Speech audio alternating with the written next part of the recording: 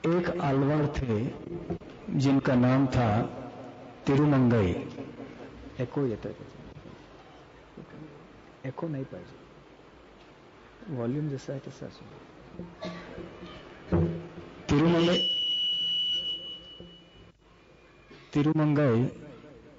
तिरुमंगई आलवार ने वॉल्यूम एको नहीं। हरे कृष्णा। तिरुमंगई आलवार बहुत शुद्ध भक्त थे भगवान विष्णु के, और वो जब अपने भ्रमण के दौरान श्रीरंगम के स्थान में आए तो वहां उन्होंने रंगनाथ जी की मूर्ति देखी। इसके इतिहास के बारे में भी हम चर्चा कर चुके हैं। ये विभीषण को भगवान रामचंद्र ने प्रदान की हुई थी, और विभीषण इस मूर्ति को आगे लंका तक नहीं ले जा पाए, श्रीरंगम में ही उनको रखना पड़ा। तो जब तिरुमंगई अलवर वहां पर पहुंचे तो उन्होंने देखा कि बहुत छोटा सा मंदिर वहां पर था, और केवल एक पुजारी आके वहां दिन में एक बार विग्रह की सेवा करता था, और वो भी जल्दी जल्दी से फूल और दीप अर्पण करके गड़बड़ में फिर भाग जाता था, क्योंकि वहां इतने घने जंगल थे कि पुजारी को डर रहता था कि कोई शेर वगैरह कोई आके खा ना जाए मुझे। जब तिरुमंगई अलवर ने ये देखा तो उनको अच्छा नहीं लगा। उन्होंने ठान लिया कि मुझे अच्छा मंदिर बनाना चाहिए भगवान के लिए। लेकिन जितने भी अमीर जमींदार राजा वगैरह वहां पर थे, उन्होंने एक पैसा भी दान में देने के लिए स्वीकार नहीं किया।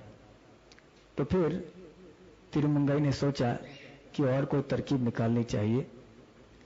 बड़ा विचित्र मार्ग उन्होंने अपनाया, जो कि साधुओं को अनुकरण नहीं करना चाहिए। वो डाकुओं के दल के नेता बन गए, और उनके दल में करीब करीब 1000 डाकू आ गए। और फिर उनके 4 शिष्य थे जिनके अलग अलग सिद्धियां थीं। एक जो है उसकी वाक सिद्धि थी, वो इतने अच्छी तरह से बोल सकता था कि किसी को भी प्रभावित कर सकता था, भ्रमित कर सकता था। दूसरा व्यक्ति पानी के ऊपर चल सकता था। तीसरा व्यक्ति किसी भी ताले को खोल सकता था,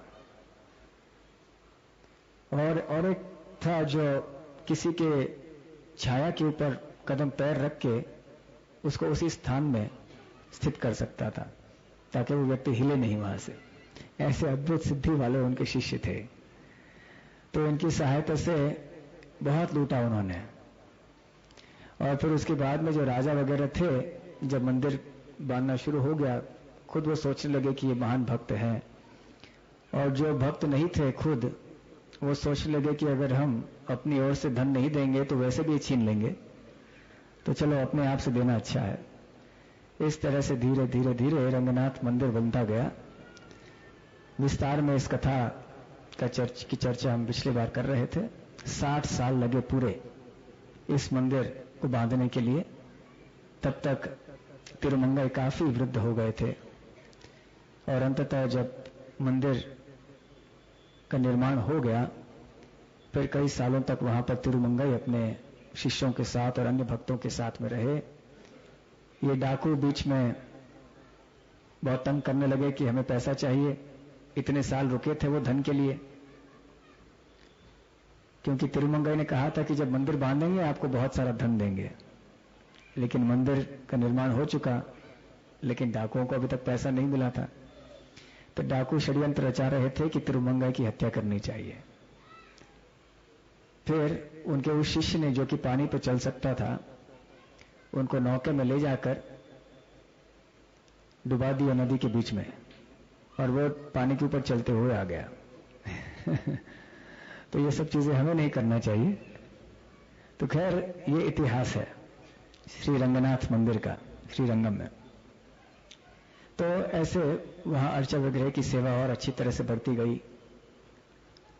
तो इसके पहले से हम ये चर्चा कर रहे थे कि रामानुजाचार्य अब आ गए थे श्रीरंगम में, और वहां प्रमुख आचार्य बने थे। लेकिन जैसे वो ज्यादा से ज्यादा प्रसिद्ध होने लगे, तो वहां के जो प्रमुख पुजारी थे बहुत ईर्ष्या करने लगे थे, और उन्होंने जान से मारने का प्रयत्न किया रामानुजाचार्य को, विष उनको खिलाया, लेकिन दोनों बार असफल हुए। बाद में उनको बहुत पश्चाताप हुआ, वो भी रामानुजाचार्य के शिष्य बने। इसके बाद में रामानुजाचार्य ने एक बहुत बड़े विद्वान से तर्क में, वाद में विजय प्राप्त कर लिया। यह दिग्विजयी पंडित था जिसका नाम था यज्ञमूर्ति। आगे चल के वो रामानुजाचार्य के शिष्य बने और कई मूल्यवान वैष्णव ग्रंथ लिखे। इस घटना के बाद में और कई शिष्य बने रामानुजाचार्य के। और एक बार वो और एक आलवार जिनका नाम था नामा आलवार, उनका एक ग्रंथ है सहस्र गीति, 1000 गीत भगवान के गुणगान में, उनको पढ़ रहे थे। और उस दौरान एक श्लोक आया जिसमें श्री शैलधाम का वर्णन आया। श्री शैलधाम ये तिरुपति है। और तीन बार जब एक बार उन्होंने पढ़ा तो रामानुजाचार्य के मन में इच्छा हुई कि उनके शिष्यों में से किसी को एक पास जाकर एक फूल का उद्यान बनाकर उन फूलों से वेंकटेश्वर बालाजी की सेवा करनी चाहिए। तो उनके एक शिष्य जिनका नाम था अनंताचार्य वो तैयार हुए।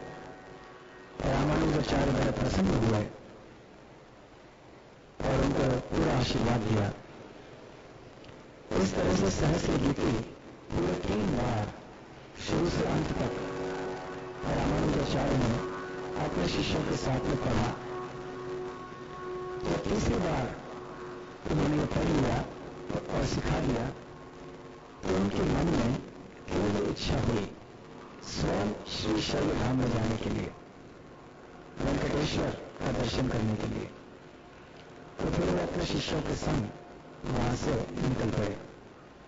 चलते चलते चलते पहले एक गांव में आए उस रात को, जिस गांव का नाम था दिल्ली। और तो वहां से अगली रात एक और गांव में आए जिसका नाम था अष्टसहस्र, जहां पर रामानुजाचार्य के 2 शिष्य रहते थे। एक का नाम था यज्ञेश, जो कि एक बहुत अमीर व्यापारी थे, और दूसरे का नाम था वरदाचार्य, जो कि बहुत गरीब ब्राह्मण थे। तो उन्होंने ऐसे सोचा कि हम यज्ञेश के घर में रहेंगे, वहां पे प्रसाद पाएंगे, क्योंकि हम इतने सारे हैं, शायद वरदाचार्य बहुत गरीब है, वो हमें प्रसाद नहीं दे पाएगा। तो उन्होंने 2 अपने शिष्यों को भेजा यज्ञेश के घर में। जब यज्ञेश ने खबर सुनी इन 2 शिष्यों से कि उनके गुरु रामानुजाचार्य आ रहे हैं, तो उनको बहुत खुशी हुई। इतनी खुशी हुई कि जो रामानुजाचार्य के 2 शिष्य थे जो कि दूत के रूप में आए थे, उनका स्वागत करना, उनका सत्कार करना, उनको पानी पिलाना, यहां तक भी सब भूल गए और केवल अपने गुरु के आने की तैयारी करने लगे, भाग दौड़ चलने लगा, व्यवस्था करने लगे। तो ये जो शिष्य आए थे वो काफी दुखी हो गए, क्योंकि काफी दूर से एडवांस पड़ आए थे, चल के। और अभी यज्ञेश के घर में आके उन्होंने पानी तक के लिए भी पूछा नहीं, भोजन की बात दूर है, विश्राम की बात दूर है। तो दुखी होकर वो वापस चले गए और रामानुजाचार्य को उन्होंने बताया जो हुआ। रामानुजाचार्य भी खुश नहीं हुए। उन्होंने कहा कि ठीक है, हम वहां पर नहीं रहेंगे, क्योंकि हमारे शिष्यों के, वैष्णवों की वहां पे ठीक तरह से स्वागत नहीं हुआ, आदर सत्कार नहीं हुआ। तो उन्होंने कहा कि हम जाएंगे वरदाचार्य के घर में। तो जैसे वो वरदाचार्य के घर में पहुंचे तो वरदाचार्य वहां घर में नहीं थे। उनकी दिनचर्या ऐसे हुआ करती थी कि प्रातः काल में अपने संध्या वंदन और अन्य जो भी धार्मिक क्रियाएं रहती थीं, उनको समाप्त करके वो बाहर भिक्षा मांगने के लिए चले जाते थे। और फिर काफी देर से दोपहर के बाद जो भी भिक्षा में उन्हें मिल जाता था वो लेकर वापस आ जाते थे। फिर पति पत्नी बैठकर वो इस भिक्षा को ग्रहण करते थे। दिन में एक बार खाते थे, जो भी आया उसे ग्रहण करते, नहीं आया तो उपवास करना। तो इस तरह से बहुत ही गरीब थे, घर में कुछ नहीं था। अब वरदाचार्य की पत्नी, उनका नाम था लक्ष्मी देवी। तो जब रामानुजाचार्य अपने शिष्यों के संग में वरदाचार्य के घर में आए तो वरदाचार्य बाहर भिक्षा मांगने के लिए गए थे और उनकी पत्नी लक्ष्मी देवी अकेले वहां पर थी। तो लक्ष्मी देवी बड़ी हड़बड़ा गई अपने गुरु और सबको देखकर, उनके शिष्यों को देखकर, लेकिन बहुत आनंद हुआ कि अरे मेरे गुरु मेरे घर में आ गए इतने शिष्यों को साथ में लेकर। तो जल्दी जल्दी से उनका स्वागत किया, मीठे शब्दों से उनको बिठाया और फिर उनकी सेवा के लिए पानी लाए, कहने कि आपके चरण धोने के लिए जल है, कृपया आनंद विश्राम कीजिए और यहाँ पर पास में एक तालाब है, वहां पर जाके आप स्नान करके आ सकते हैं, तब तक मैं भगवान नारायण को के लिए भोग बनाती हूँ, भोग चढ़ाकर फिर आप प्रसाद ग्रहण कर सकते हैं। जब लक्ष्मी देवी रसोई घर में जाकर देखती हैं तो क्या देखती है कि एक दाना भी चावल का नहीं, घर में खाने के लिए कुछ भी नहीं। तो क्या किया जाए? अभी उनके गुरु आए हैं, इतने सारे शिष्य आए हैं, वैष्णव आए हैं घर में, अभी उनको कुछ खिलाने के लिए नहीं, तो क्या परिस्थिति? अभी एक और अद्भुत लीला होने वाली है जिसकी भी नकल नहीं की जा सकती है। महान वैष्णवों के संग में जो लीलाएं होती हैं, कभी कभी ऐसी अद्भुत लीलाएं होती हैं जिनका नकल हम लोग नहीं कर सकते।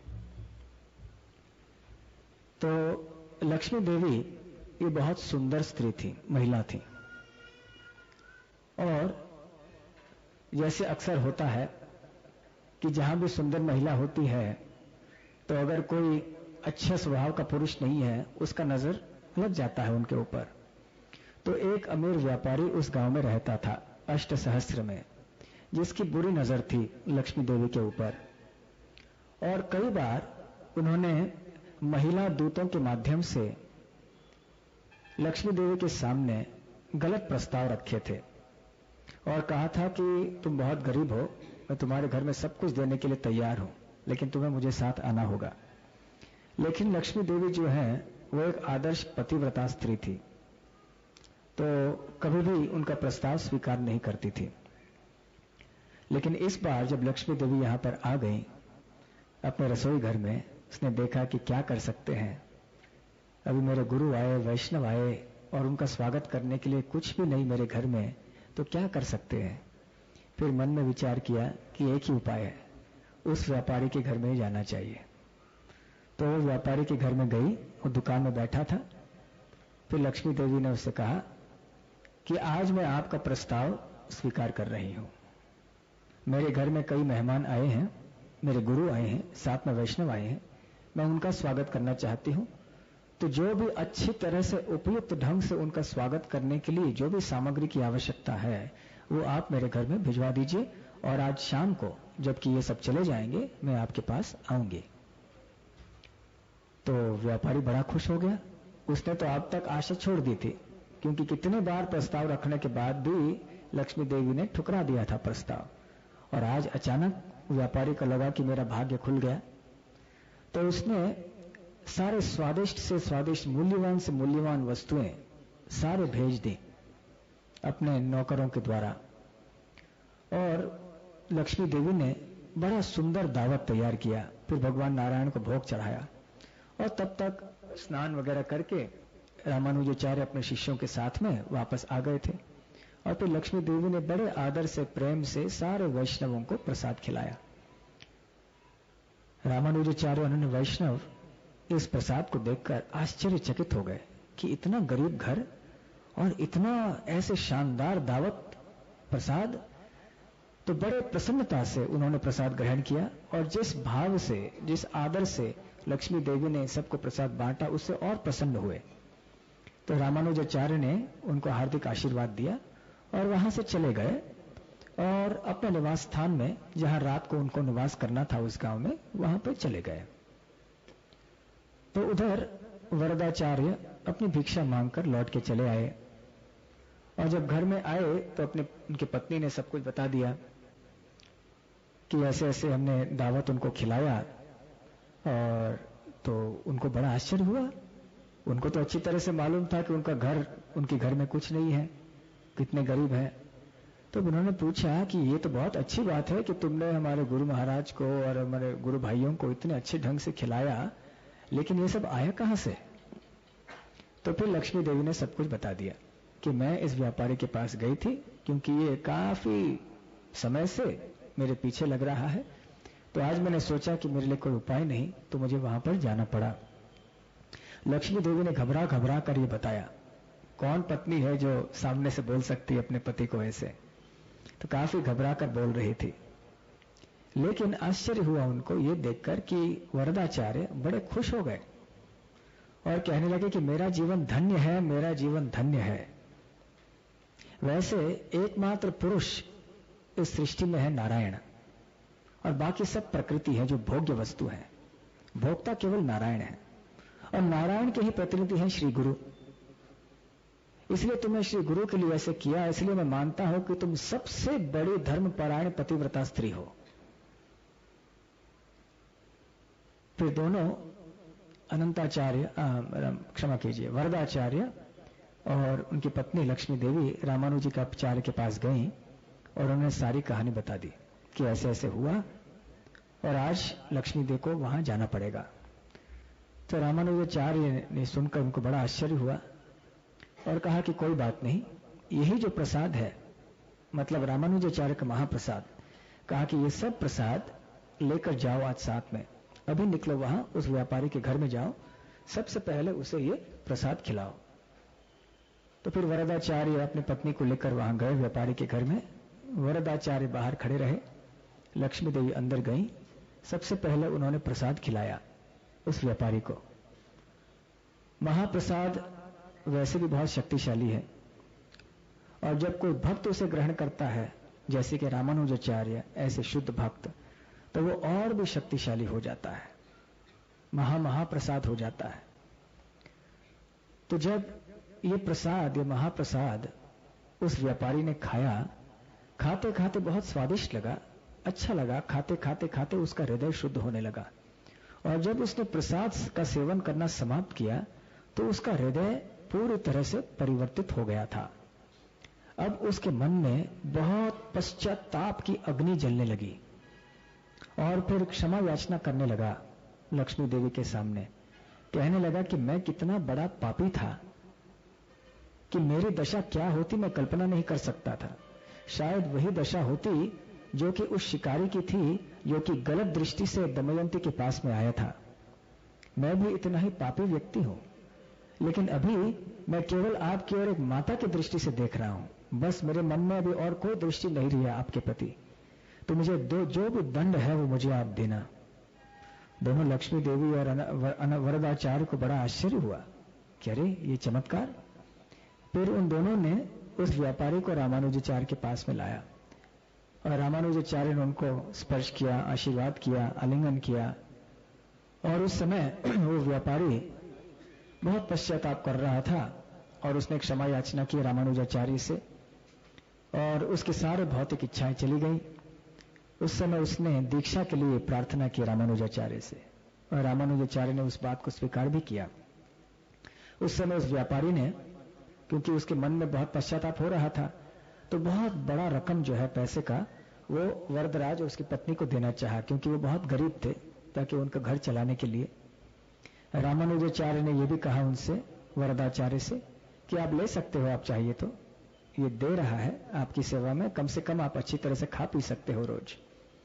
तो वरदाचार्य ने हाथ जोड़कर प्रणाम करते हुए रामानुजाचार्य से कहा कि आप मुझे ऐसे दुर्घटना में जाने के लिए आप मत बोलिए, आप मुझे अमीर आदमी मत बनाइए, क्योंकि पैसा ही सारे गलत कामों का, पापों का मूल है। इसलिए जैसे हम जी रहे हैं हम संतुष्ट हैं, क्योंकि हम भगवान विष्णु की भक्ति करते हैं, सेवा करते हैं, और आपकी कृपा हमारे ऊपर है, तो हमें और क्या चाहिए जीवन में। तो रामानुजाचार्य इस बात को सुनकर बड़े प्रसन्न हुए। उस समय जो उनके दूसरे शिष्य थे अष्टसहस्र में, वरदाचार्य, वो वहां पर चले आए। यज्ञेश वहां थे, वो चले आए और उनको लगा था कि मेरा कोई बड़ा अपराध हो गया है गुरु के प्रति, इसलिए गुरु मेरे घर में आना चाहते थे लेकिन नहीं आए और वरदाचार्य के घर में चले गए। तो रोते रोते आए रामानुजाचार्य के पास, दंडवत प्रणाम किया। तो रामानुजाचार्य ने कहा उनसे मैं तुम्हारे घर में नहीं आया इसलिए तुम बहुत दुखी हो ना, लेकिन चिंता नहीं करो। लेकिन याद रखो कि जब वैष्णव हमारे घर में आते हैं तो हमें उनका सत्कार करना चाहिए। अगर गुरु की सेवा के लिए भी तुमने अगर शिष्यों का भी निरादर किया तो ये अच्छा नहीं होता है। मेरे 2 शिष्य तुम्हारे पास आए थे ये बताने के लिए कि हम सब आ रहे हैं, लेकिन तुमने उनको पानी तक नहीं पिलाया, उनका बिल्कुल स्वागत करने की बात दूर है, 2 मीठे शब्द भी नहीं बोले उनको। तो वैष्णवों का निरादर करना ये भगवान कृष्ण को प्रसन्न कैसे करेगा? उस समय यज्ञेश कहने लगा कि हे गुरु महाराज, ये यकीन कीजिए कि मैंने अगर उनका निरादर किया तो मेरे धन के घमंड से नहीं किया। केवल जब मैंने खबर सुनी कि आप मेरे घर में आ रहे हैं, मैं इतना खुश हो गया कि बस मैं बाकी सब कुछ भूल गया, इसलिए मुझे क्षमा कर दीजिए। और फिर वो रोने लगा। उस समय रामानुजाचार्य ने आलिंगन किया और फिर उनसे कहने लगा कि चिंता नहीं करो, अब मैं जा रहा हूं श्री शैलधाम, जब मैं लौट के आऊंगा तो उस समय मैं तुम्हारे यहां प्रसाद ग्रहण करूंगा। इससे हम जान सकते हैं कि वैष्णव सभ्यता में वैष्णवों की सेवा करना कितना महत्वपूर्ण होता है। हमें यह नहीं सोचना चाहिए कि केवल हम जो महान वैष्णव है उन्हीं की सेवा करनी चाहिए और जो साधारण वैष्णव है उनकी सेवा नहीं करेंगे तो चलेगा। ऐसा नहीं है। हर एक वैष्णव की सेवा हमें करनी चाहिए दास भावना में, क्योंकि भगवान ये देखते हैं कि हम साधारण से साधारण भक्तों के साथ में कैसे व्यवहार करते हैं। हाँ, हम महान वैष्णवों के साथ कैसे व्यवहार करते हैं वो तो भगवान देखते ही हैं, लेकिन वो ये भी देखते हैं कि साधारण वैष्णवों के साथ क्या हम घमंड से बात करते हैं, क्या हम उनका निरादर करते हैं, क्या हम उनको साधारण लोग समझते हैं, ये भी भगवान देखते हैं। खास करके रामानुजाचार्य के श्री संप्रदाय में वैष्णव सेवा के ऊपर बहुत ज्यादा जोर दिया जाता है। जैसे कई बार यहां इस मंदिर में आप सुन चुके होंगे कि चैतन्य महाप्रभु ने 2 सिद्धांतों को चारों संप्रदायों से स्वीकार किया और इनसे ये गौड़ीय संप्रदाय बन गया। वैसे तो चैतन्य महाप्रभु का संप्रदाय निराला ही है, ऐसे 2-2 सिद्धांत स्वीकार करने की कोई आवश्यकता ही नहीं है, लेकिन केवल इस बात को बताने के लिए कि ये 4 संप्रदाय प्रामाणिक हैं और इन 4 संप्रदायों में से ही कोई किसी को आना चाहिए, इस बात को बताने के लिए चैतन्य महाप्रभु ने ऐसे किया था। तो 2 कौन से सिद्धांत थे जो कि उन्होंने रामानुज संप्रदाय से लिया? एक, कर्म मिश्र या कर्म शुद्ध कर्म मुक्त भक्ति, मतलब जिस भक्ति में, शुद्ध भक्ति में कोई कर्म का मिश्रण नहीं हो, योग का मिश्रण नहीं हो, ज्ञान का मिश्रण नहीं हो, शुद्ध भक्ति, ये एक सिद्धांत। और दूसरा सिद्धांत था वैष्णव सेवा। हम देखते हैं कि रामानुजाचार्य के लीलाओं में इतने हम एकादशी से चर्चा करते आए हैं, ये एक बात हमेशा हम देखते आए हैं कि वैष्णव सेवा कैसे करनी चाहिए, बार बार ये बात उठती है। तो इसी तरह से हमें भी अपने जीवन में देखना चाहिए कि हम जब वैष्णव भक्ति करना चाहते हैं, अपने जीवन को सफल बनाना चाहते हैं, तो वैष्णव समाज के अलावा रहकर हम नहीं कर सकते। ये असंभव है, न केवल कठिन, असंभव है। इसलिए जब हम वैष्णवों के बिना रह नहीं सकते, उनके बिना भक्ति नहीं कर सकते, हम वैष्णवों के ऊपर पूरी तरह से निर्भर हैं, साधारण से साधारण वैष्णव के ऊपर हम पूरी तरह से निर्भर हैं, तो क्यों न हम उनके साथ में प्रेम से रहें, क्यों न हम उनके साथ में अहंकार को त्याग कर हम सेवा भावना में रहें, हर वैष्णव को अपना प्रभु मानकर।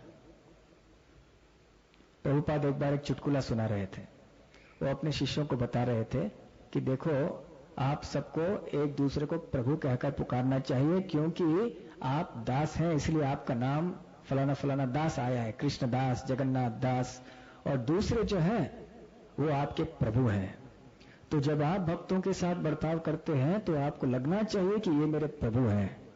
ऐसा नहीं कि केवल नाम के वास्ते उनको प्रभु बुलाया और फिर वो नकल करने लगे एक भक्त की, ऐसे ही मजाक में, नंद गोपाल प्रभु इधर आओ, मेरे जूते साफ करो। बोले ये प्रभु ऐसा प्रभु नहीं, दूसरों को इस तरह का प्रभु नहीं बनाना चाहिए, लेकिन हमें उनका दास बनना चाहिए।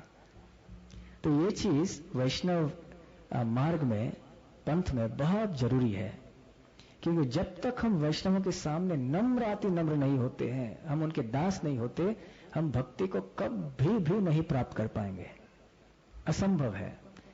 और एक दृष्टि से देखा जाए तो भगवान ने ये कितना आसान बना दिया है। जो व्यक्ति केवल वैष्णवों की सेवा करेगा वो सारी सफलता को प्राप्त कर देगा। कुछ भी चीज रहेगा नहीं उसके लिए, उसको ज्ञान आ जाएगा, रुचि आ जाएगी, भक्ति आ जाएगी, वो विद्वान हो जाएगा, सब कुछ आ जाएगा केवल वैष्णवों की सेवा करने से।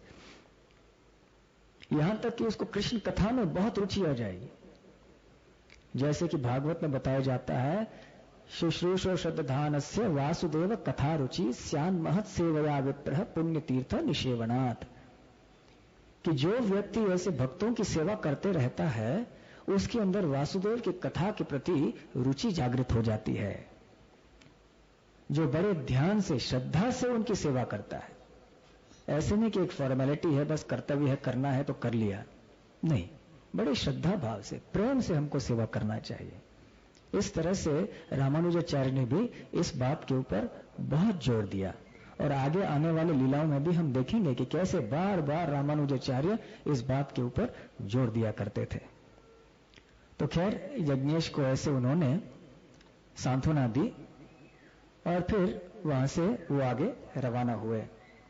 वहां से निकल गए अष्टसहस्र से, चलते चलते आगे चले, कांचीपुरम में पहुंचे। कांचीपुरम में कौन विराजे हैं, हम अगली एकादशी में चर्चा कर रहे थे, हाँ, वरदराज भगवान, वर प्रदान करने वालों के राजा भगवान श्री कृष्ण, वरद राज, वरद राज। तो वरदराज जी का बड़ा प्रसिद्ध मंदिर है, बड़ा प्राचीन पुराना मंदिर है कांचीपुरम में। आपने कांचीपुरम का नाम सुना होगा, कांचीपुरम साड़ी, कांचीपुरम ये बहुत काफी चीजों के लिए प्रसिद्ध है, लेकिन कितने भक्त जानते हैं कि वरदराज है कांचीपुरम में, है ना। तो जगह की प्रसिद्धि हमें केवल ऐसे चीजों से नहीं जाननी चाहिए, ये प्रसिद्ध साड़ी मिलती है, लेकिन वरदराज वहां है उसके बारे में भी हमको जानना चाहिए। कांचीपुरम, अच्छा जहां वरदराज रहते हैं, हाँ, ऐसे पहचान होना चाहिए। ये नहीं कि कांचीपुरम, अच्छा जहां अच्छे साड़ी बनते हैं वो क्या, नहीं, कांचीपुरम का है तो वरदराज का स्मरण आना चाहिए। तो वहां पर वरदराज के शुद्ध भक्त रहा करते थे जिनका नाम था कांचीपूर्ण, जो कि गुरु समान थे रामानुजाचार्य के लिए। जबकि रामानुजाचार्य एक छोटे बालक थे तब से कांचीपूर्ण का वो संग किया करते थे, कांचीपूर्ण उनको कृष्ण कथा सुनाया करते थे, इसलिए बड़ा आदर और प्रेम था रामानुजाचार्य के मन में कांचीपूर्ण के प्रति। तो यहां भी जब वो अपने शिष्यों के साथ में आए, उन्होंने 3 दिन कांचीपूर्ण का संग लिया, उनसे कृष्ण कथा सुनी और फिर आगे चले गए। कपिल तीर्थ में पहुंचे, वहां थोड़ी देर के लिए रहे और आगे चलते चलते बाद में श्रीशैल तक पहुंच गए। जब श्रीशैल में आ गए तो तिरुमला के, मतलब तिरुमला तो ऊपर स्थान है ना, आप जानते हैं, फिर पर्वत है। तो वेंकटाचल, आप सब तिरुपति गए हुए हैं। वेंकट, वेंकट आप जानते हैं क्या है, वेंकट, वेंकट शब्द का अर्थ क्या है, अचल, चलो अचल मतलब पहाड़, वहां भगवान को वेंकटरमण बोलते हैं या वेंकटेश्वर बोलते हैं। तो उस पर्वत को वेंकटाचल बोलते हैं। वेंकट जो पापों को नष्ट करते हैं, इसलिए वेंकटेश्वर हैं पापों को नष्ट करने वाले, भक्ति प्रदान करने वाले। तो जब इस पर्वत के नीचे आके खड़े हो गए रामानुजाचार्य, तो उन्होंने सोचा कि अरे ये तो इतना पवित्र स्थान है, ये तो भगवान से अभिन्न है और इस पे पैर रखना तो मेरे लिए बड़ा अपराध हो जाएगा, तो मुझे नहीं करना चाहिए। तो रामानुजाचार्य अपने शिष्यों के साथ वहीं पर रह गए नीचे ही, और वहीं से वेंकटेश्वर भगवान को प्रार्थना कर रहे थे। लेकिन रामानुजाचार्य तो बड़े प्रसिद्ध से सारे दक्षिण भारत में।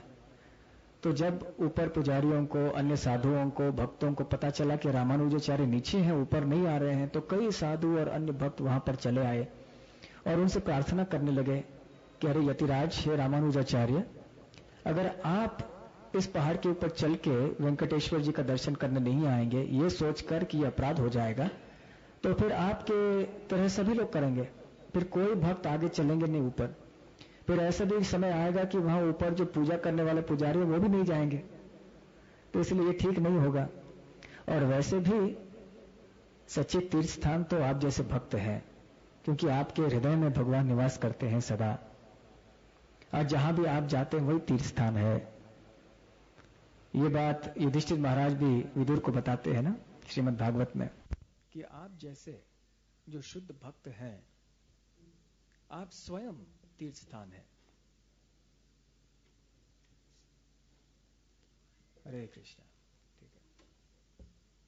भगवद विदा भागवतस तीर्थभूत स्वयं विभो, आप तो स्वयं तीर्थ स्थान है। और इतना ही नहीं, तीर्थी कुर्वन्ति तीर्थानि, कि आप तीर्थ स्थानों को तीर्थ स्थान बनाते हैं। क्योंकि आप जैसे भक्त कोई तीर्थ स्थान में कोई जगह में जाता है तो वो स्थान तीर्थ स्थान बन जाता है, और तीर्थ स्थान का महत्व केवल आप जैसे साधुओं के वहां निवास करने से हो जाता है। और क्यों ऐसा होता है? स्व अंतःस्थेन गदाभृता, क्योंकि आपके अंतःकरण में स्व अंतःस्थेन गदाभृता, गदाभृता मतलब गदाधारी श्री विष्णु भगवान निवास करते हैं। तो इसी बात को सारे साधुओं ने रामानुजाचार्य से कहा। फिर रामानुजाचार्य ऊपर चले गए, और वहां चलते चलते, वैसे हम जब तिरुपति गए थे तो हमने सुना था, कोई एक भक्त बता रहे थे कि रामानुजाचार्य अपने घुटनों पर चल के गए, अपने पैरों पर चले लेकिन घुटनों पर चल के गए। लेकिन ये कितनी प्रामाणिक बात है वो अभी पूछताछ करके देखना होगा। लेकिन खैर जो भी बात है, वो चले तो गए ऊपर, और जब वेंकटेश्वर भगवान के सामने आए तो सुंदर रूप भगवान का देखा, और इतने भाव विभोर हो गए, उनके आंखों से आंसू बहने लगे, और सुंदर प्रार्थना अर्पण करते करते वो बेहोश हो पड़े, और उनके अंदर जो भक्ति के लक्षण होते हैं वो सब प्रकट होने लगे। और उस समय फिर सारे पुजारी वहां के आए। थोड़ी देर बाद रामानुजाचार्य बाहरी चेतना पे लौट के आए, परिक्रमा की उन्होंने, विग्रह की, सुंदर दर्शन किया, वहां पर भगवान का गुणगान किया, सुंदर भजन गाए। फिर वहां के पुजारियों ने आकर बहुत सारा महाप्रसाद रामानुजाचार्य को दिया, तो सारे शिष्यों ने साथ में मिलकर फिर ये प्रसाद ग्रहण किया। पूरे 3 दिन वहां पर रामानुजाचार्य ऊपर तिरुमला में रहे, वेंकटरमण जी वेंकटेश्वर का दर्शन करते करते। और इसी स्थान में उस समय रामानुजाचार्य के जो भाई थे गोविंद, वो वहां पर चले आए। आपको याद होगा गोविंद के बारे में? क्या याद है आपको गोविंद के बारे में? वो शिव जी के भक्त बने थे। कहाँ रहते थे? कालहस्ती में। उसके पहले क्या हुआ? गोविंद ने, आपको याद होगा, जबकि पहले जो गुरु थे रामानुजाचार्य के, जिनका नाम क्या था? यादव प्रकाश। यादव प्रकाश ने जब देखा, यादव प्रकाश तो मायावादी थे, जब यादव प्रकाश ने देखा कि मेरा शिष्य रामानुजाचार्य हालांकि इतना छोटा बालक है लेकिन इतना बुद्धिमान है कि मेरे मायावादी सिद्धांतों का इतनी अच्छी तरह से खंडन कर रहा है कि मेरे लिए खतरा बन गया है ये, और यहां तक कि मायावाद तो यहां समाप्त हो जाएगा अगर ये लड़का अच्छा आगे चलता गया तो उन्होंने अपने शिष्यों के साथ में षड्यंत्र रचा था। क्या षड्यंत्र था वो? कि वो गंगा जी के दर्शन के लिए, स्नान के लिए यात्रा में जाएंगे, तीर्थ यात्रा के लिए, और तीर्थ यात्रा के दौरान रामानुजाचार्य को खत्म कर देंगे, और जब लौट के आएंगे सबको क्या बताएंगे कि कहीं वो गंगा जी में डूब गया। लेकिन उस समय किसने बचाया रामानुजाचार्य को? गोविंद। गोविंद की मां का नाम था दीप्तिमती, रामानुजाचार्य की मां का नाम था कांतिमती, दोनों बहनें थीं। तो गोविंद ने बताया कि मैंने शिष्यों से ऐसे ऐसे सुना है, तो रामानुजाचार्य को बहुत धक्का लगा हृदय पे कि मेरे गुरु मेरी हत्या करना चाहते। ऐसी कभी बात की कल्पना नहीं की थी उन्होंने। फिर वहां से भाग गए, और फिर आपको याद है वो सुंदर कहानी, कैसे कैसे वो वापस चले आए। फिर स्वयं भगवान वहां शिकारी के रूप में आए वगैरह, वो कहानी। लेकिन गोविंद आगे चले गए, रामानुजाचार्य आए यहाँ पर वापस कांचीपुरम में, लेकिन गोविंद आगे चले गए, और लौटते वक्त वो कालहस्ती नाम के स्थान में रुक गए, जो कि श्री शैल या तिरुपति के पास में है। वो एक शिव भक्तों के लिए बहुत महत्वपूर्ण स्थान है। तो गोविंद वहां रह गए, और शिव जी की उपासना करते करते वहीं पर रह गए, वापस नहीं आए। फिर आगे चल के जब रामानुजाचार्य श्रीरंगम में आए, वहां के आचार्य बन गए, तो वो गोविंद की याद कर रहे थे। तो उन्होंने अपने मामा, जिनका नाम था, किसी को याद है? कांतिमती और दीप्तिमती के भाई का नाम क्या था, जो कि एक सन्यासी थे, यमुनाचार्य के शिष्य थे? शैलपूर्ण, श्री शैलपूर्ण, जो कि श्री शैल में निवास करते थे, जहां पर अब रामानुजाचार्य आए थे, वहां निवास करते थे। तो उन्होंने उनको चिट्ठी लिखा कि कृपया आप गोविंद को वैष्णव बनाइए। तो श्री शैलपूर्ण कालहस्ती में गए थे, कालहस्ती में जाकर उन्होंने गोविंद को वैष्णव बनाया था। कैसे वैष्णव बनाया था, इस कथा भी हम सुन चुके हैं। और फिर वो श्री शैलपूर्ण के साथ में वहां पर रहे थे। तो यही शैलपूर्ण, जबकि रामानुजाचार्य ऊपर चढ़ते जा रहे थे वेंकटेश्वर का, भगवान का दर्शन करने के लिए, यही शैलपूर्ण उनको प्रसाद लेकर आए थे रास्ते में, क्योंकि चलते चलते काफी लंबी यात्रा है और काफी थके हुए थे, भूखे प्यासे थे। उस समय शैलपूर्ण स्वयं रामानुजाचार्य को प्रसाद देकर आए थे। और रामानुजाचार्य ने उनसे पूछा था कि आप यहाँ आए, आप तो हमारे लिए इतने आदरणीय हैं, पूजनीय हमारे लिए हैं, आराध्य हैं, हमारे लिए गुरु समान हैं, और आप यहाँ एक ऐसी साधारण सेवा हमारे लिए कर रहे हैं, जो एक छोटे से बच्चे को भी आपने भेज दिया होता ये प्रसाद हमको देने के लिए। तो फिर शैलपूर्ण उन्होंने जवाब दिया कि हाँ, मैंने सोचा कि सबसे साधारण व्यक्ति कौन है, सबसे तुच्छ व्यक्ति कौन है। फिर मैंने विश्लेषण करके देखा कि वो मैं ही हूं, इसलिए मैं ही वो प्रसाद लाकर अभी दे रहा हूं। तो रामानुजाचार्य ने पहचान लिया कि उनके मामा जो भी सन्यासी हैं शैलपूर्ण, कितने महान हैं, कितने उनके अंदर वैष्णव गुण हैं। और वैष्णव गुणों में से सबसे महत्वपूर्ण होता है नम्रता। तो उन्होंने अपने मामा के अंदर ये गुण देखे, बड़े प्रसन्न हुए इस गुण को देखकर। तो खैर, गोविंद शैलपूर्ण के साथ में रहा करते थे श्री शैल में। तो इस समय गोविंद भी वहां पर पहुंच गए जहां रामानुजाचार्य ऊपर तिरुमला में थे। रामानुजाचार्य बहुत सालों के बाद गोविंद से मिले। जब से कि वो बिछड़ गए थे जंगल में, उसके बाद वो कभी मुलाकात नहीं हुई थी। तो बड़े खुश हुए दोनों भाई, आपस में मिलकर आलिंगन किया। और फिर थोड़े समय के लिए वहां पर गोविंद उनके साथ में रह गए। अब जब रामानुजाचार्य श्रीशैल वापस लौट के आए, तो श्री शैलपूर्ण के आश्रम में आए, और वो भी श्री शैलपूर्ण का संग लेना चाहते थे। तो वहां पर पूरा 1 साल रहे रामानुजाचार्य अपने शिष्यों के साथ में। और इस 1 साल के दौरान श्री शैलपूर्ण ने रामायण की कथा की, और शुरू से अंत तक वो रामायण का श्लोक पढ़ते और इसके ऊपर टीका करते। इस तरह से रामानुजाचार्य ने श्री शैलपूर्ण के मुखारविंद से श्री रामायण सुन लिया 1 साल में। और फिर जब 1 साल बीत गया, तो फिर वो आशीर्वाद मांगने के लिए आ गए श्री शैलपूर्ण के साथ कि हमें अनुमति दीजिए, हम वापस श्रीरंगम जाना चाहते हैं। तो श्री शैलपूर्ण कहने लगे, हम बहुत प्रसन्न हुए तुम्हारा संग पाकर यहाँ पर। ठीक है, अभी तुम्हारे लिए समय हो गया, चले जाओ, लेकिन अगर तुम कुछ मुझसे मांगना चाहते हो तो मांगो, अगर मेरे क्षमता में है तो मैं तुम्हें दे दूंगा। तो फिर रामानुजाचार्य ने कहा कि मैं एक चीज आपसे मांगना चाहता हूं, और वो है मेरा भाई गोविंद। कृपया गोविंद को आप मेरे साथ भेज दीजिए। तो तुरंत शैलपूर्ण ने खुशी से कहा कि अवश्य ले जाओ गोविंद को। तो गोविंद भी रामानुजाचार्य के साथ में आए, और फिर चलते चलते वहां से वो निकल पड़े। और उसी दौरान जब लौटते लौटते वापस वो आ गए थे, तो धीरे धीरे से कांचीपुरम वापस लौट के फिर से आए। वहां पर फिर से कांचीपूर्ण का संग किया।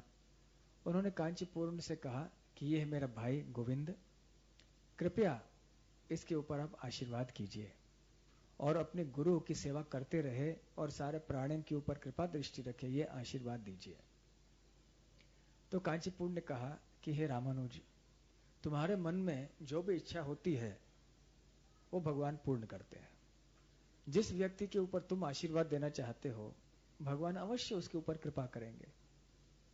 तो तुम गोविंद के बारे में चिंता नहीं करना।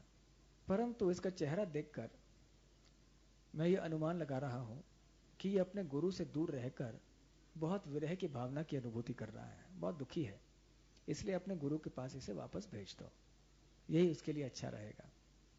तो तुरंत रामानुज ने गोविंद को फिर से अपने गुरु के पास वापस भेज दिया।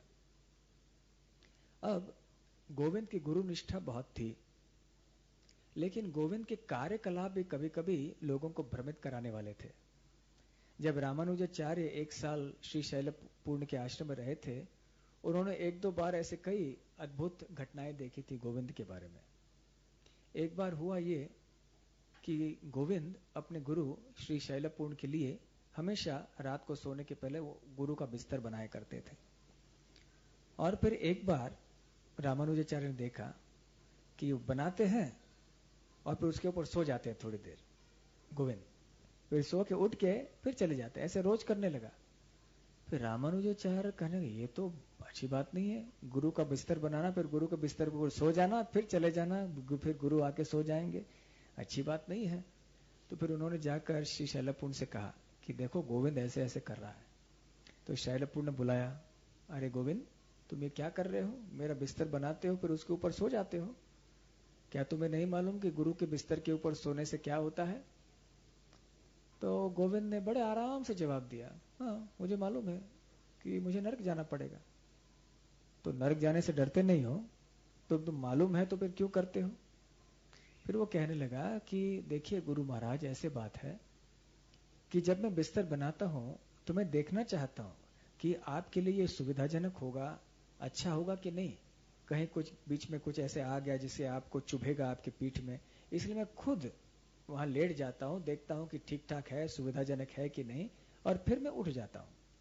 जब मुझे पता चलता है कि आपको यहाँ आराम की नींद मिलेगी तब मैं उठ जाता हूं। तो अगर आपके आराम से अगर मुझे नरक जाना पड़े तो मैं तैयार हूं। तब ये श्री शैलपूर्ण ने सुना, उनको भी आश्चर्य हुआ, और जब रामानुजाचार्य ने सुना तो उनको और भी ज्यादा आश्चर्य हुआ।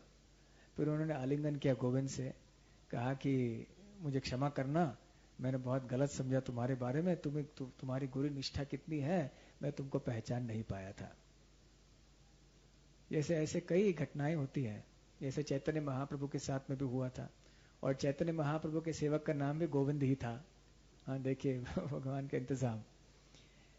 आप में से जो जगन्नाथपुरी की यात्रा में गए थे, आप जानते हैं कि जिस स्थान में चैतन्य महाप्रभु रहा करते थे उस स्थान का नाम क्या था? गंभीरा। तो गंभीरा में चैतन्य महाप्रभु रहा करते थे, छोटा सा कमरा था, और जब दोपहर में लौट के आते, प्रातः काल से बाहर रहते, दर्शन संकीर्तन इत्यादि कर करके जब आ जाते, दोपहर को प्रसाद लेते, और प्रसाद के बाद एक 15-20 मिनट के लिए, आधा घंटे के लिए लेट जाते, क्योंकि वो रात भर सोते नहीं, रात भर वो भगवान का नाम लेते रहते। तो एक बार और ये प्रथा थी कि गोविंद आके फिर उनके चरणों का मालिश करता था। एक बार हुआ ये कि चैतन्य महाप्रभु दरवाजे के सामने ही सो गए, तो बिल्कुल ऐसे सो गए कि कोई दरवाजे के अंदर से नहीं जा सकता था उनके कमरे में। अगर किसी को जाना पड़ता तो उनके शरीर के ऊपर लांग के जाना पड़ता। किसी भी आदमी के ऊपर, शरीर के ऊपर लांग के जाना अच्छी बात नहीं है। किसी भक्त के ऊपर से जाना और भी बुरी बात है, बड़ा अपराध हो जाता है। और स्वयं भगवान के ऊपर से लांग के जाना तो कितना बड़ा अपराध हो जाएगा। लेकिन गोविंद ने 2-3 बार कहा कि जरा उठिए, इस साइड में होइए, मैं अंदर जाना चाहता हूँ, आपके चरणों की सेवा करना चाहता हूँ। लेकिन चैतन्य महाप्रभु नींद में कहने, नहीं मैं बहुत थक गया हूँ, रहने दो, चले जाओ, कोई बात नहीं, ऐसे ऐसे उत्तर देते रहे। फिर बाद में गोविंद ने क्या किया, चैतन्य महाप्रभु के शरीर के ऊपर अपना कपड़ा रखा और फिर जल्दी से कूद कर उस ओर चले गए। अंदर जाके फिर आराम से जी भर के चैतन्य महाप्रभु के चरणों का मालिश करने लगे। फिर जब तक चैतन्य महा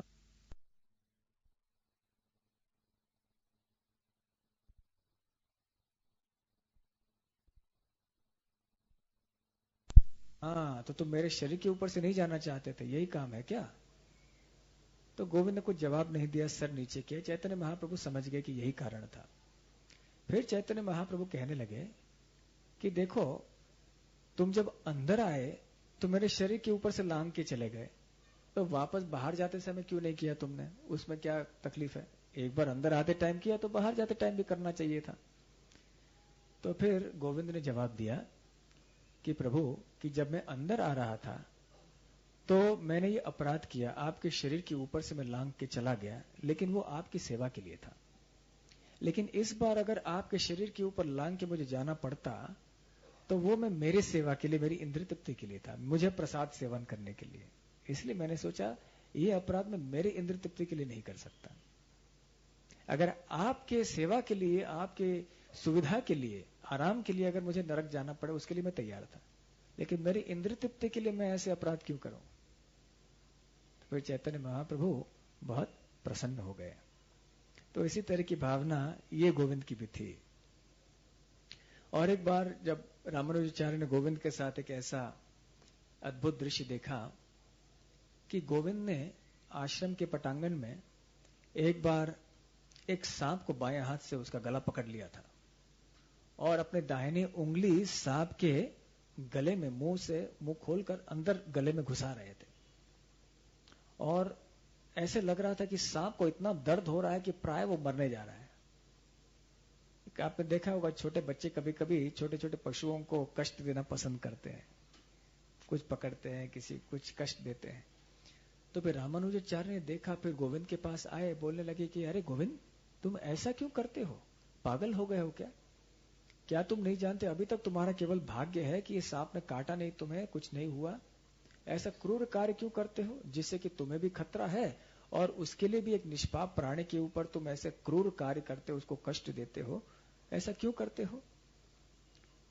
तो गोविंद कहने लगा कि देखो ऐसा है कि जब मैं आया यहाँ तो ये सांप बहुत तड़प रहा था, उसने कुछ खाया था और उस खाने में कुछ कांटा था, ये कांटा उसके गले में अटक गया था, इसलिए मैं इसको पकड़ के वो कांटा निकाल रहा हूं। अभी कांटा निकाल दिया है, अब क्योंकि उस कांटे की वजह से और निकालने के समय उसको इतनी थकान हो गई है कि अभी थोड़ा थक गया है, लेकिन क्योंकि कांटा निकल गया है अभी धीरे से शक्ति आ जाएगी, ठीक ठाक हो जाएगा।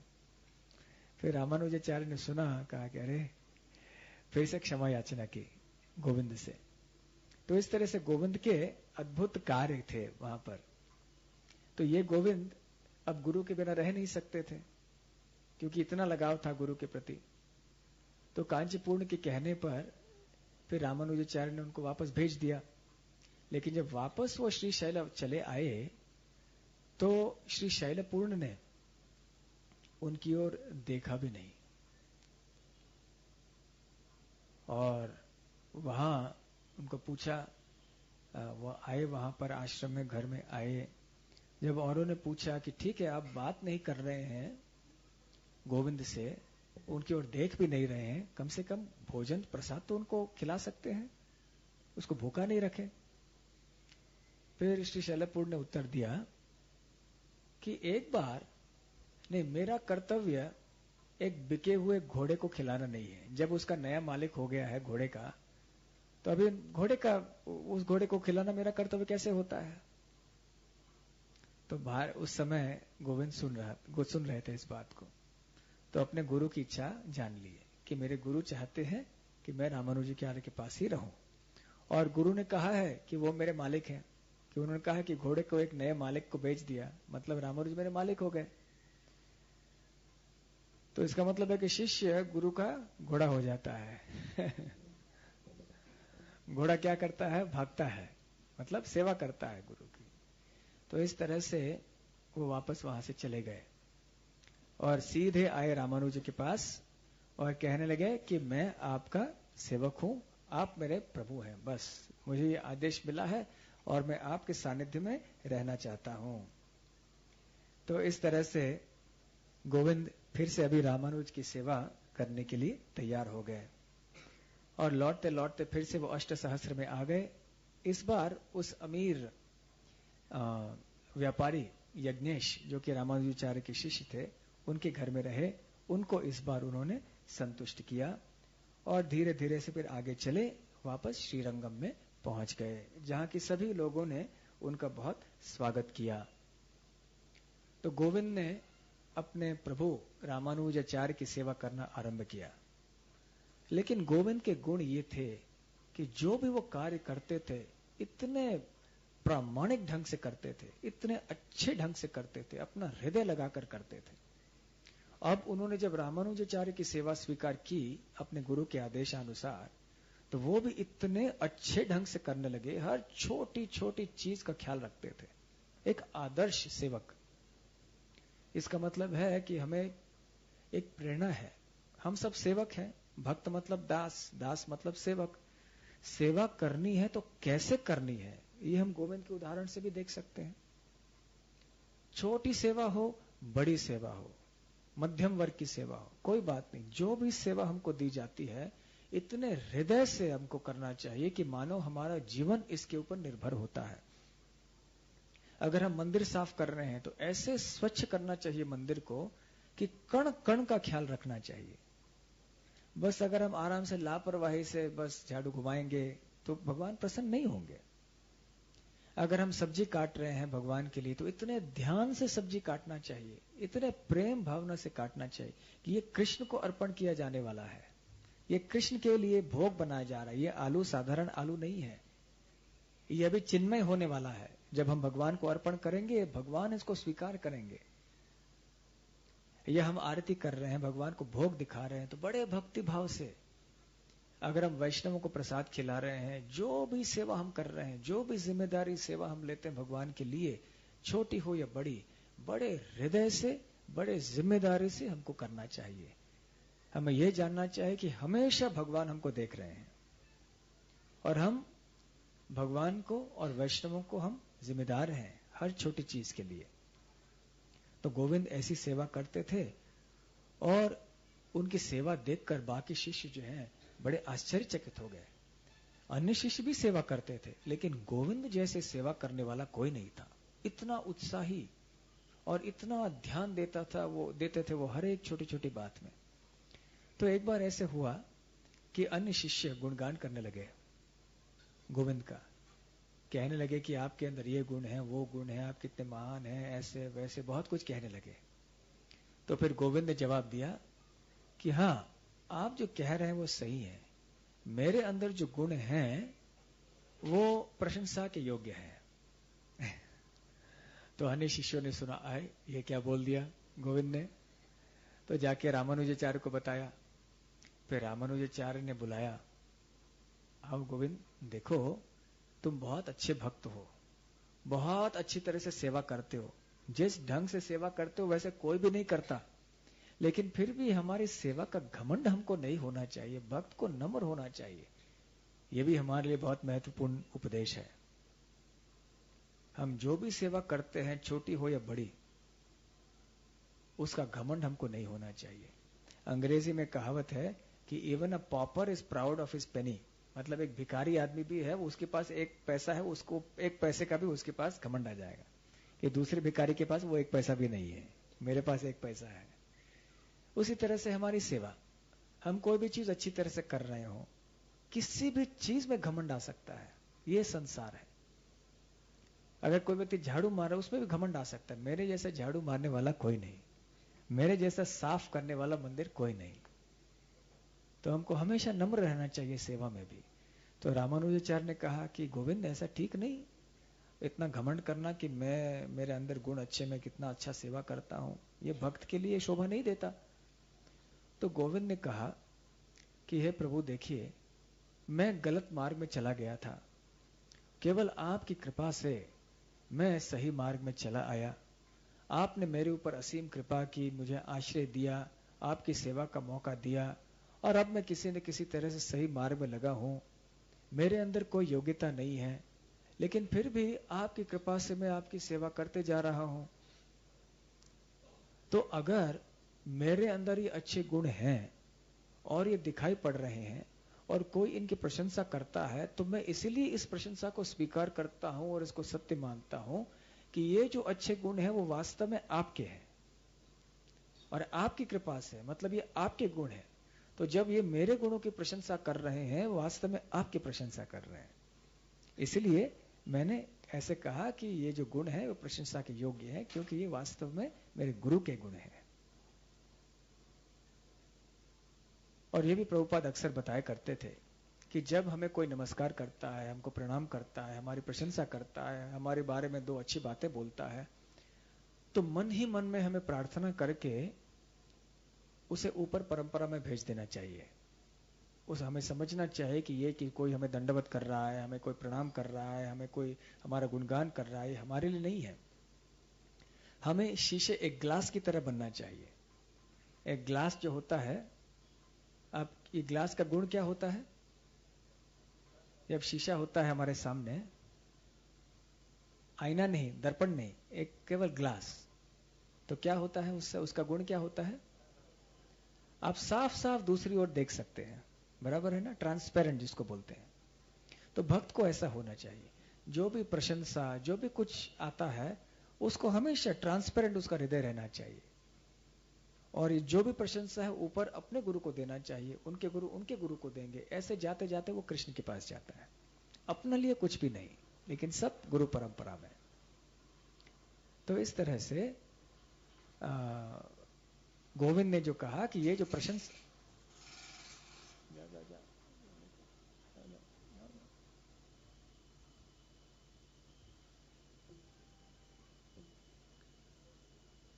तो गोविंद ने कहा कि ये जो प्रशंसा हो रही है, ये मेरे लिए नहीं, वो आपके लिए हो रही है। और एक बार ऐसे घटना हुई कि रामानुजाचार्य के कई शिष्यों ने गोविंद को एक वेश्या के घर के बाहर बैठते हुए देखा सुबह सुबह, जबकि उनके सुबह के कार्य हुए भी नहीं थे। आश्रम में, हर एक आश्रम में सुबह सुबह के प्रातः काल के कार्य रहते हैं ना। जैसे हमारे मंदिर में हम सुबह उठते हैं, स्नान करते हैं, मंगल आरती करते हैं, फिर तुलसी पूजा, जपा करते हैं, बहुत सारे कार्य होते हैं। तो गोविंद अपने आश्रम में, गुरु के आश्रम रहते हुए भी अपने सुबह के कार्य नहीं किए थे, लेकिन शिष्यों ने देखा कि एक वेश्या के घर के सामने वो सीढ़ी में बैठा हुआ है सुबह सुबह।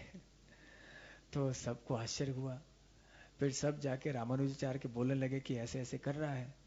तो रामानुजाचार्य ने बुलाया गोविंद को, अरे क्या चल रहा है, क्या तुम वहां पर क्यों बैठे हो? तो गोविंद कहने लगे कि ऐसा है कि ये जो वेश्या है, इतने मधुर स्वर में, इतने भक्ति भाव से वो प्रभु रामचंद्र की गुणगान गा रही थी, रामायण से गीत गा रही थी, कि बस मैं भाव विभोर होकर वहीं बैठ गया। मैं दुनिया को भूल गया कि भगवान राम का स्मरण करते मैं बैठ गया। और रामानुजाचार्य को पता चला कि ये ढोंग नहीं कर रहे हैं, सच बोल रहे हैं। शुद्ध भक्त पहचान सकते हैं कौन व्यक्ति नकली है, कौन असली है। तो खोटे सिक्के को पहचान सकते हैं। कभी कभी यह भी बताया जाता है, अति भक्ति चोरेर लक्षण। अति भक्ति जो अचानक करता है, फिर वो उसमें कुछ दाल में काला कभी कभी। तो जो शुद्ध भक्त होते हैं वो खोटे सिक्के को पहचान सकते हैं, भक्त कौन नकल करता है, कौन असली है। तो उसी तरह से रामानुजाचार्य जान गए कि ये गोविंद सच्चा है। और फिर उन्होंने आलिंगन किया कि वास्तव में तुम्हारे अंदर बहुत सारे अच्छे अच्छे गुण हैं। तो खैर इस तरह से गोविंद वहां सेवा करते रहे। लेकिन एक दिन गोविंद की माँ दीप्तिमती वहां पर आई कि गोविंद की पत्नी मेरे पास में है, अब कई साल हुए विवाह के, लेकिन गोविंद का कोई संतान नहीं हुआ, तो उसके गृहस्थ आश्रम के कर्तव्य निभाने चाहिए। तो आप उसे ऐसा आदेश दीजिए कि वो अपना गृहस्थ धर्म संभाले। तो रामानुजाचार्य ने कहा ठीक है, और फिर गोविंद को बुलाया और गोविंद से कहा कि देखो गोविंद, तुम गृहस्थ आश्रम में हो, तो गृहस्थ का कर्तव्य का पालन तुम्हें करना चाहिए। तो जाओ, अपने घर में जाओ, अपने आप को शुद्ध रखो, तमोगुण रजोगुण के प्रभाव से तुम मुक्त रहो, और ऐसे शुद्ध अवस्था में अपने पत्नी के साथ रहो और संतान की उत्पत्ति करो। तो फिर ठीक है, शिरोधारी कह के गोविंद वापस चले गए अपने घर में। लेकिन दीप्तिमती फिर से चली आई थोड़े दिन बाद कि गोविंद अपने कर्तव्य के पालन नहीं कर रहा है, फिर भी एक गृहस्थ नहीं बन रहा है वो। तो फिर रामानुजाचार्य ने फिर से गोविंद को बुलाया कि अब क्या बात है। तो गोविंद कहने लगा कि आपका आदेश का पालन करना बहुत मुश्किल है। क्यों? क्योंकि आपने मुझसे कहा कि सबसे पहले मैं 3 गुणों से मुक्त हो जाऊं, मैं शुद्ध हो जाऊं, और फिर मेरे पत्नी के साथ मैं रहूं और कुटुंब का भरण पोषण करूं और संतान की उत्पत्ति करूं। लेकिन मैं अनुभूति कर रहा हूं कि जैसे मेरे भक्ति शुद्ध हो रही है, फिर मैं ये कार्य नहीं कर पा रहा हूं। तो क्या किया जाए, इसलिए आपके आदेश का पालन करना मुश्किल है। फिर रामानुजाचार्य सोचे दो क्षण और फिर कहने लगे कि मुझे लगता है गोविंद, हर एक व्यक्ति को उस आश्रम को स्वीकार करना चाहिए जो कि उसके लिए उपयुक्त है, जो उसके मानसिक शारीरिक स्थिति के अनुसार है। तुमने अपने मन पर नियंत्रण कर लिया है, इसलिए मुझे लगता है कि तुम्हें संन्यास लेना चाहिए, अभी तुम्हारे लिए संन्यास ही ठीक है। तो गोविंद को बड़ा खुश हुआ। दीप्तिमती से भी उन्होंने अनुमति ले ली रामानुजाचार्य ने, और फिर उन्होंने संन्यास की दीक्षा के लिए, संस्कार यज्ञ के लिए वह सब सारी व्यवस्था कर दी और उनको दीक्षा दे दी। और गोविंद को एक नाम रखा मनमथ, मतलब जिसने अपने मन को वश में कर लिया है। इस नाम से वास्तव में लोग रामानुजाचार्य को बुलाते थे, तो फिर गोविंद ने ये नाम स्वीकार नहीं किया। इसलिए फिर गोविंद को उन्होंने और एक नाम दिया जो तमिल में वही अर्थ है मननाथ का। मननाथ तो संस्कृत में था, लेकिन वही बात तमिल में है एम पेरुमनन, तो ये नाम दे दिया। और संक्षिप्त में उनको वो एम्बार बुलाया करते थे, एम्बार। और फिर गोविंद या एम्बार के पीछे उन्होंने जगन्नाथपुरी आश्रम में श्री संप्रदाय का एक मठ भी खोला, एम्बार मठ। तो आप में से जो जगन्नाथपुरी गए आपको याद होगा कि एम्बार मठ वहाँ है श्री संप्रदाय का। तो वो उन्होंने अपने भाई गोविंद के पीछे वहाँ नाम रखा। इस तरह से गोविंद ने फिर से संन्यास ले लिया। और आगे चल के रामानुजाचार्य के मन में इच्छा हुई कि मैंने जो यमुनाचार्य के शरीर के सामने जो व्रत लिया था कि मैं श्री भाष्य लिखूंगा, वेदांत सूत्र के ऊपर टीका लिखूंगा, वो अभी मेरी इच्छा पूर्ण हुई नहीं है, वो व्रत का मैंने पूरा नहीं किया है, तो वो करना चाहिए। तो किस तरह से, ये भी बड़ी सुंदर कहानी है कि किस तरह से उन्होंने आखिर में ये टीका लिखी और ये कैसे हुआ, और आगे की लीलाएं हम अगले एकादशी को सुनेंगे। हरे कृष्ण कृष्ण कृष्ण हरे हरे, हरे राम राम राम हरे हरे। तो अभी हम दर्शन लेंगे, दर्शन के बाद प्रश्नोत्तर और फिर प्रसाद होगा सबके लिए।